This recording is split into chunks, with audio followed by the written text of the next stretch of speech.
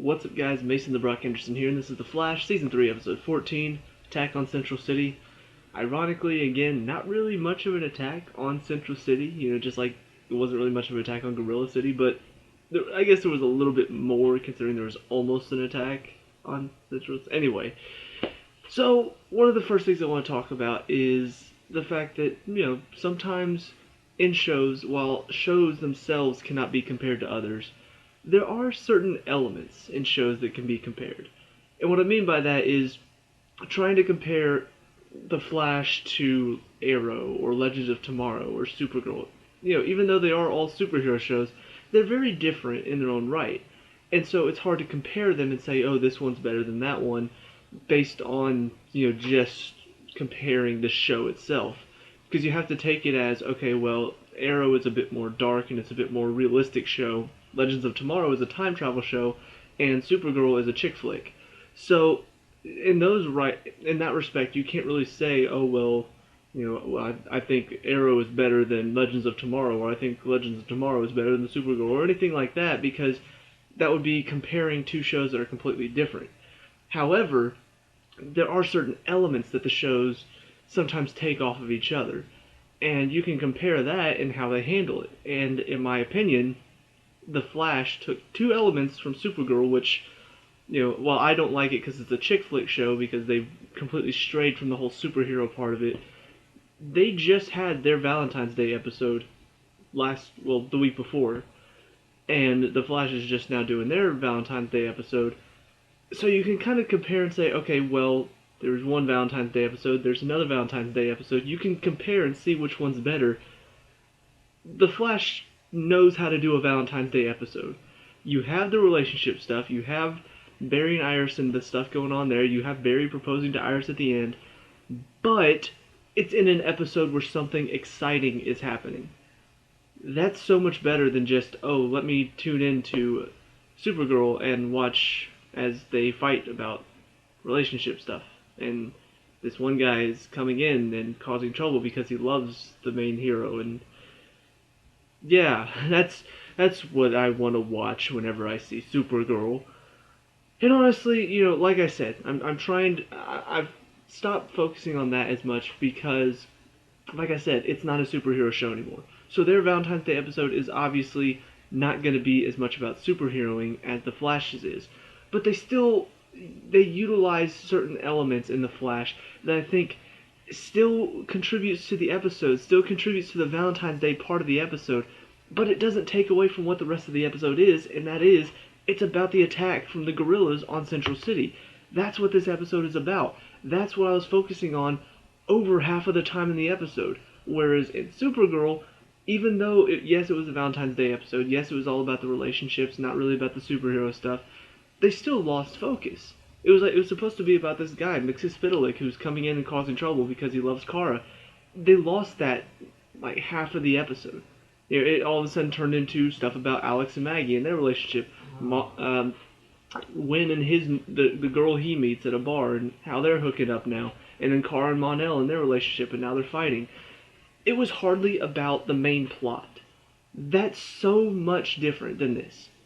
And I think that's why this show works so well. They stay focused to what they're supposed to stay focused to. It's not about some other thing.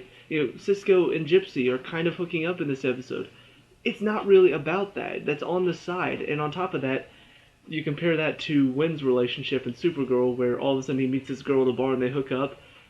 This actually had some build-up because we had the episode with Gypsy like 2 or 3 episodes ago, so once again, something else that's similar, but they're doing it better here because there was more build-up to it.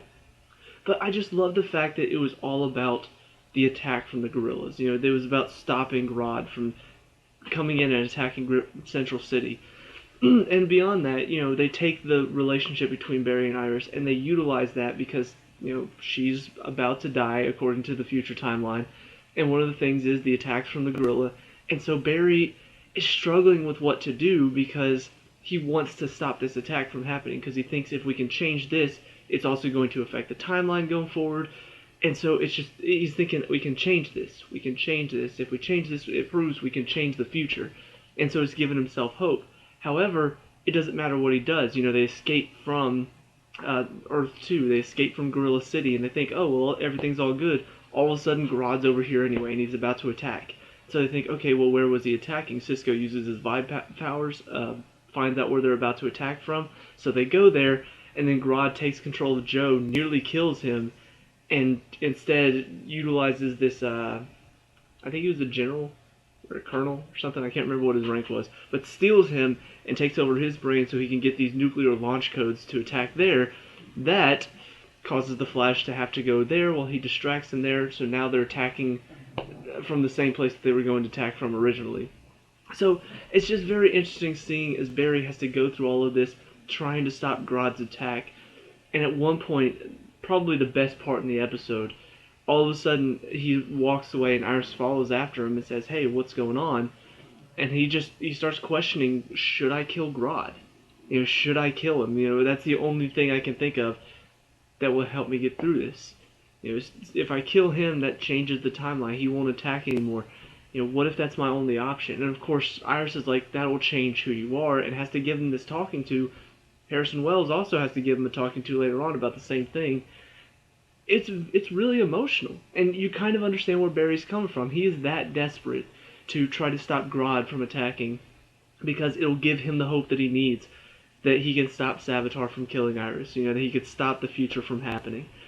And so his mind even goes to killing. That's how far he is desperately to try to stop the future from coming true, is that he is willing to kill, even though, yeah, it's a gorilla, it's not a man. It's still something with a conscience, like Grodd is not some lifeless gorilla. He actually has thought processes and stuff.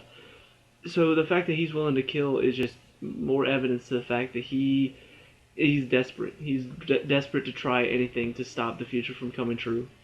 On top of that, we have another scene, and once again, comparing similar elements, we have a scene where they realize after Joe was taken over by Grodd, which that scene in itself was really intense because he put the gun up to his head, and all of a sudden he pulls the trigger. You see slow motion, like it goes off. I'm like, and then Barry moves him out of the way of the bullet as it scrapes the top of his head. I'm like, oh my gosh! For a second there, I was honestly thinking, what if he did shoot Joe, and what if I didn't think they were going to kill off Joe in this episode, but I was wondering what if it would turn into now Barry has to reverse time again or something like that. But it was one of those. It was very close. It was kind of scary for a second. But they bring him back and they realize that whenever Grodd takes over somebody's mind, his thoughts also transfer to them. And we've seen that before, because whenever he's taking over somebody, Barry senses his thoughts, and we see the doctors operating him and the pain that he felt. Barry's experiencing that as well whenever Grodd's mind is communicating with his. So the fact that this pops up makes a lot of sense, and so they use that, and they use Joe's brain to kind of remember what Grodd was seeing, because they have that connection, that psychic connection.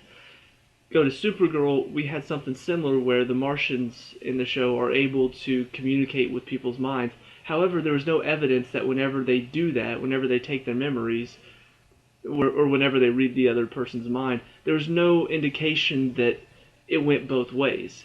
And yet all of a sudden at the end of one episode, just for the sake of the story, for Alex, Kara's sister, to have a conversation with her, all of a sudden it was like, oh, whenever that Martian read my mind, I read its mind too. And so it was like we had a psychic connection. I heard a conversation you had with it when it was pretending to be me. I'm just like, where's this coming from? This is just so they can have this conversation, right? Because it's just too easy. In this show, doing it this way, it makes sense because we've seen evidence of that before. We've seen that that's actually a possibility, and so it makes sense that they're trying to use that now. So I just love, like I said, these little elements that are similar in both shows. It's very fun to see how they utilize it in this show. It's so much better than in that show. It just shows me that the writers of this show are actually thinking things through. They're actually thinking about what they're doing. It's not just, let's see, we need to have this conversation happen, so, I know, let's just have these psychic connections go both ways. No, it's been planned before. We've seen that before. We've seen it go both ways, so I really like that. But after they use that, they go to Grodd, and we see Cisco goes to Earth 19 to talk to Gypsy, who's just brought in somebody to one of the speedsters on that Earth. And so he goes there to talk to her about stopping Grodd, and of course, they've been playing at this whole little romance thing, and Cisco's just like, you really want to help me, I know you do, and I can read. He says he's able to use his vibe powers now to vibe what people are feeling, and he said, I can feel what you're feeling, and you want to stop this. So that's kind of interesting that Cisco's now starting to learn to use his powers even more effectively. But he manages to convince her to help, and she knows where Solivar is, the main gorilla that they stopped in the last episode that brought Grodd into power. So they bring him in as the gorillas are attacking. So Solivar and Grodd are now fighting. Solivar beats him in a one-on-one fight, which was a little bit coincidental, I will admit. The fact that, oh, yeah, he just happened to be better than Grodd. They took a big chance that Grodd didn't just kill him and then win the trust of all the gorillas right there. Of course, it does kind of make sense because Grodd did bring in Barry to help him in the last episode, which proves he didn't have what it takes to beat Solivar. But anyway, we see Solivar stops Grodd, and then kind of takes control of him. Is about to kill him. Barry, of course, stops him because that's kind of the moral of this episode, that killing is wrong, even if it is a monster like Grodd. He just wants to be on this earth, so we'll take him in. And so Solivar takes his gorilla army and heads back to Earth 2. So that's the end of the episode for the most part. There is a little bit of a cliffhanger at the end. But just as far as that part goes, it was very well done. It was very exciting. Just watching the nuclear launch, I forgot to talk about that one. This nuclear launch is about to happen, and Barry's like, has to go through all these combinations of numbers for something to work. And so we see him just going through everything, and honestly, it kind of feels like nobody has another answer, and so they're just hoping. They're just hoping that this will stop. They're hoping that, and then sure enough, he stops it right at the end. And you kind of have to wonder, though, is this... Obviously, it's a good thing that the nuclear launch didn't happen because a lot of people would have died.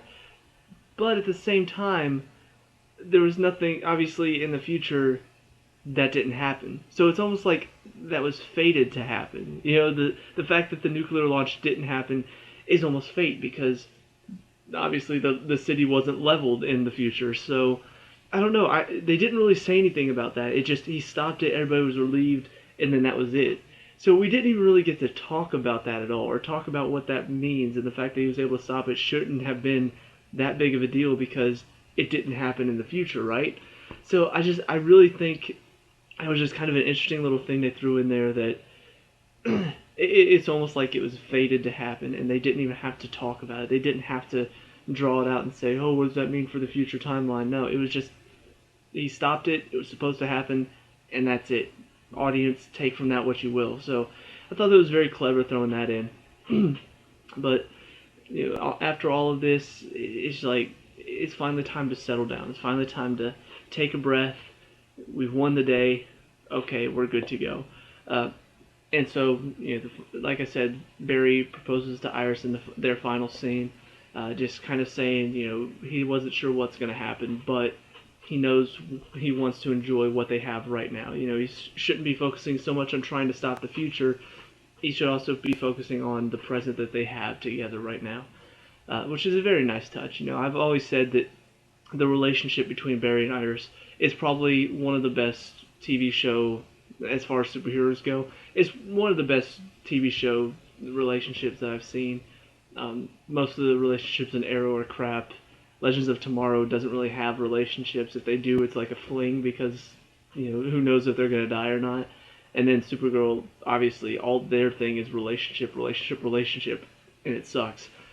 So I really like what they've done with Barry and Iris, and so this feels natural. It feels like the right time for this, and it was very well done. And the Valentine's Day message kind of came through right there at the end. It's like, oh, so that's why they had the Valentine's Day theme.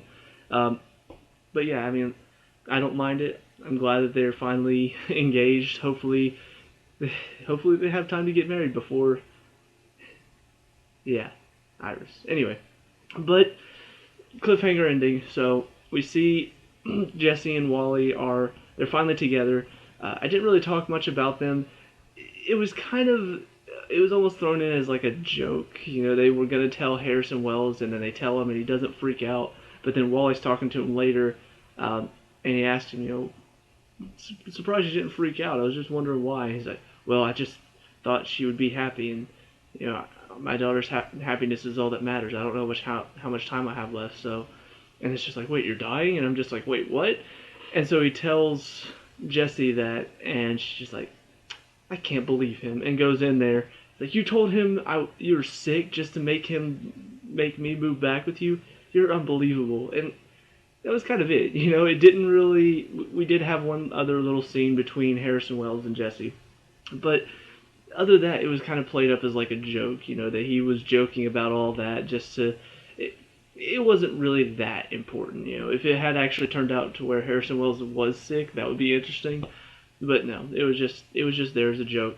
But we see them on the couch at the end, and of course, whenever you see these final scenes, something's about to happen to move the plot forward. So when I see them there, I'm like, oh no, what's gonna happen? And so they're watching a movie, and then she's just like, I want some Big Belly Burger. I'm just like father, like daughter. Well, Wally heads out to go get it, and then all of a sudden he ends up outside Big Belly Burger and Savitar. Into the episode. I'm like, oh, okay, yeah, that's a good place to end right there. That's not gonna make me really want to see the next episode now or anything. That's not gonna want to keep me up at night thinking, what does this possibly mean? Why is he back? Why is he attacking Wally? Is Wally dead now? Because honestly, that was kind of one of the things I was thinking going forward is Barry has been training Wally to be fast enough to stop Savitar. He's kind of getting him there. He knows that he's the only one that has the potential to be fast enough to save Iris. So, the fact that he knows that, shouldn't that mean in the future that Wally should have already been there? So the fact that he isn't kind of is making me thinking, what if Savitar sees that? What if he knows what Barry's trying to do, and so he's actually on the outside of time watching this? He is the god of speed, so there's no telling what he can do as far as the Speed Force goes, as far as traveling through time. There's no telling what he could possibly know. So maybe he sees Barry trying to change the future, trying to change what happens, and so he sees him training Wally and thinks, that's my first target, and so takes out Wally. So I've been kind of wondering that, and this kind of confirms that fact that the first target he goes after as soon as he comes back from being in the Speed Force, or wherever that Philosopher's Stone thing was, yeah, it's kind of scary for Wally, and I don't know what this means. I don't know if this means Wally's dead, or if it's going to be one of those things where we come back and Savitar's kicking the crap out of him and Barry shows up just in time to help him or something. But yeah, I'm excited to see where this is going. So it's definitely caught my attention, definitely got me excited to see what's going to happen next. How is Barry possibly going to stop the God of Speed? It just seems highly unlikely at this point. But I'm excited. Hope you are too. So let me know what you guys think down in the comment section below. What did you like and dislike about this episode? Let me know. We can talk about it and discuss all the good stuff. Leave a like and subscribe for future Flash reviews, and I'll see you in the next one.